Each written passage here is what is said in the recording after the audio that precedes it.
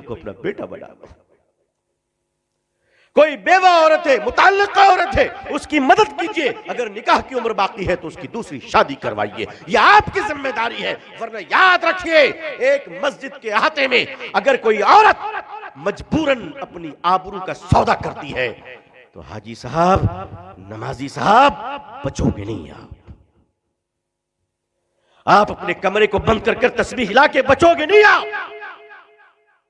अल्लाह ताला ने कौम पर जब आजाब भेजा तो फरिश्तों ने कहा, अल्लाह इस बस्ती में एक तेरा बंदा ऐसा है जो पलक झपकने के बराबर भी तेरी नाफरमानी नहीं किया, उस आबिद का क्या करूं। अल्लाह ने फरमाया, इस अजाब के साथ उसे भी पलट दे। कहा वो मेरा आबिद है, मैं उसे कयामत के दिन दे दूंगा। लेकिन इस वक्त वो मुजरिम है कि उसने खुद तो मुझे पाया, मेरे बंदों तक मुझे नहीं पहुंचाया।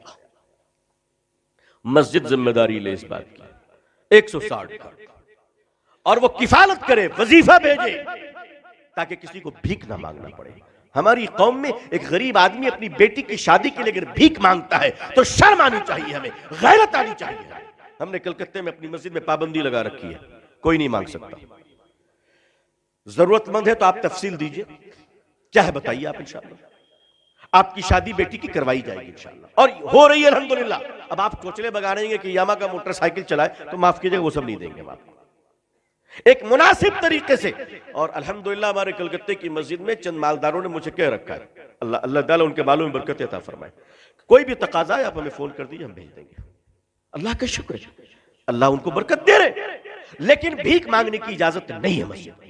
अगर मस्जिद में कोई खड़ा होकर भीख मांग रहा है तो मस्जिद के सारे मुसल्लियों को गैरत आनी चाहिए कि हमारे रहते हुए हमारा भाई भीख मांग रहा है। जी, गैरत आनी चाहिए, गैरत आनी चाहिए। बेगैरत है वो लोग जो 10-5 दे के निकल जाते हैं, बेगैरत है वो लोग दीनदार नहीं है, सखी नहीं है, वो बेगैरत है, वो भिखारियों को प्रमोट कर रहे हैं। सिखों में आपने भीख मांगते हुए नहीं देखा होगा, जैनियों में आपने भीख मांगते हुए नहीं देखा होगा। क्यों? वो अपने गरीब को खड़ा कर देते हैं, गरीबों को खड़ा कर देते हैं। हम गरीबों की कमर तोड़ देते हैं। हम मोबाइल खरीदते 50,000 की, लेकिन गरीब को आलू में 1 रुपये ज्यादा देने के लिए तैयार नहीं है। कहते नहीं, मोल भाव करो, दाम करो, नीचे करो। नेट पे खर्च करेंगे, इंटरनेट पे खर्च करेंगे, मगर हम किसी की मदद नहीं करेंगे। और मदद भी करेंगे तो अल्लाह की पनाह, ये जाड़ा आ रहा है ना, सर्दी आ रही है, कंबल बांटेंगे लोग, स्टेज लगाएंगे, माइक लगाएंगे और कहेंगे आओ गरीबों कंबल दूं। उस वक्त तक नहीं दूंगा जब तक कि फोटोग्राफर ना आ जाए, क्योंकि हम खुदा को दिखाने के लिए थोड़ी ना दे रहे हैं। और उसके बाद कंबल भी देंगे तो ऐसे गरीब को हाथ इस तरफ, चेहरा फोटोग्राफर की तरफ। क्यों गरीबों को जलील करते हो? सोचो अगर मंजर बदल जाए तो कैसा लगेगा। अगर कल को वो इस तरफ हुआ, तुम उस तरफ हुए, तब क्या होगा? तब क्या होगा? आज अल्लाह ने देने के लायक बनाया है तो चर्बी जम गई है, फोटो खिंचवा कर देते हो गरीबों को। इसी मुल्क के मारवाड़ियों को, मेरी बड़ी मशहूर तकरीर है इस पे, मारवाड़ियों ने किस तरह खिदमत की है। लोगों, गैरों को सिर्फ बुरा कहने से नहीं होगा, हमारी अच्छाइयां उन्होंने ले ली, उनकी बुराइयां हमने ले ली। आइए, अगर मुकाबला करना है, जो गम आपके दिल में है 2 दिन से, मैं उस गम से अलग नहीं हूं। मैं तो उससे इतना मुतासिर हूं कि बस अल्लाह बुलवा रहा है इस वक्त जो मैं आपसे बोल रहा हूं, वरना मेरी हैसियत नहीं कि मैं तकलीफ कर सकता था। मैं आपसे कम गमगीन नहीं हूं, लेकिन इलाज तो ढूंढना पड़ेगा ना। अगर हम आप रोने ही लगेंगे तो काम कौन करेगा? इलाज तो ढूंढना पड़ेगा, इस गम से तो निकलना पड़ेगा, मुतबादिल तो ढूंढना पड़ेगा। और वो मुतबादिल ये है कि मुसलमानों, जिस पार्टी में तुमको रहना है रहो, चमचागिरी बंद करो।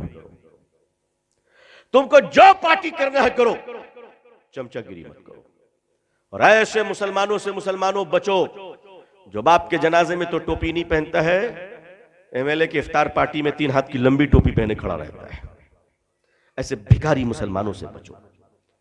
इफ्तार पार्टियों का धंधा बंद कीजिए, इसने आपको रकाबी पकड़े फकीरों में तब्दील कर दिया है। नहीं, और आप चुप रहना सीखिए, कुछ नहीं बोलना है, नो कमेंट्स। सोशल मीडिया का इस्तेमाल कम कीजिए, हो सके तो अपने घरों से टीवी को निकाल दीजिए। आप सोच रहे हैं मैं क्या कह रहा हूं। मेरे बुजुर्गों, टीवी में न्यूज देखते हो, न्यूज में सिवाय तुम्हें गाली देने के और क्या दिया जाता है? बंद करो टीवी देखना। अपने कौम को गाली सुनवाने के लिए तुम पैसे खर्च करते हो। मेरे बुजुर्गों, अपने वक्त का सही इस्तेमाल कीजिए। कोई काम नहीं तो सो जाइए, कुरान पढ़िए, अल्लाह अल्लाह कीजिए, इस्तग़फ़ार पढ़िए,